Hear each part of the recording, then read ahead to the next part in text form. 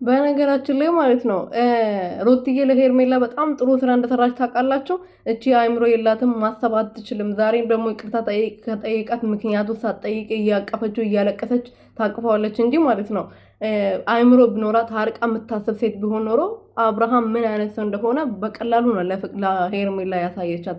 ሄርሜላን በምንም ሰዓት በምንም መንገድ ጥሏት እንደሚሄድ እንደማይወዳት እንደማያፈቅራት ነው ያሳየቻት ማለት ነው።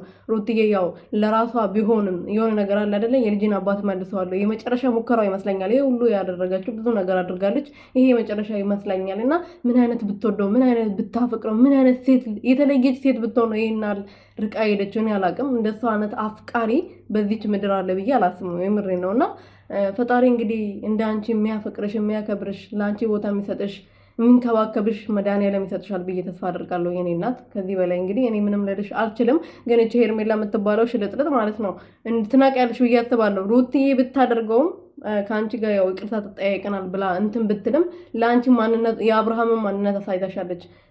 አብርሃም ምን እንደማያፈቅርሽ በማንኛውም መንገድ ጥሎሽ እንደምሄድ ምንም ለአንቺ ቦታ እንደሌለው አንቺ ደግሞ በምንም ሰዓት ደግሞ ሄደሽ እንደምታቅፊው በፈለገ ሰዓት እንደሚያገኘሽ ሁሉም ነገር በደንብ አድርጋ ሳይታሻለች። አንቺ ግን አይንሽ አይገለጥም። በቃ አይንሽ ተደፍኗል። ገባሽ አይደለ? እያየሽ አታምኝም። ገባሽ? አሁንም ሄደሽ ዛሬ ይቅርታ ስጠይቅሽ ወይኔ መጣልኝ እኮ እያልሽ ሄደሽ እንደማታቀፊ ተስፋ እናደርጋለን። በነገራችን ላይ የሄርሜላ እህቶችን ማለት ነው ሩትዬ ላይ አትናደዱባት። ሩትዬ ምንም አላረገችም። የአብርሃምን ማንነት ነው ለሄርሜላ ያሳየችው። አብርሃም እንደማይፈልጋት አብርሃም ምንም ለሷ ቦታ እንደሌለው ነው በደንብ አድርጋ ያሳየቻት ማለት ነው። ስለዚህ ንቁ።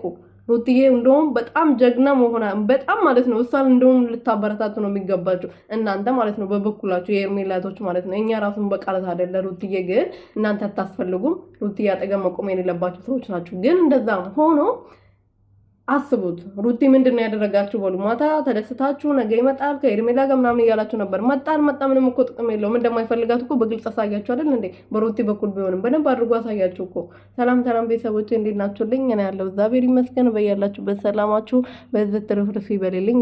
ለዚህ ቻናል አዲስ የሆናችሁ ሰብስክራይብ እያደረጋችሁ ቤተሰብ ሁኑልኝ እና ምን ልላችሁ ፈልጌ ነው ትናንትና ቪዲዮ ብዙዎቻችን እኔ አልቅሽ ያለው በበኩሌ እያለቀስኩ ነው ቪዲዮ የሰራሁት እንደውም እንደዛም ሆኖ ግን ደስ ብሎኛል።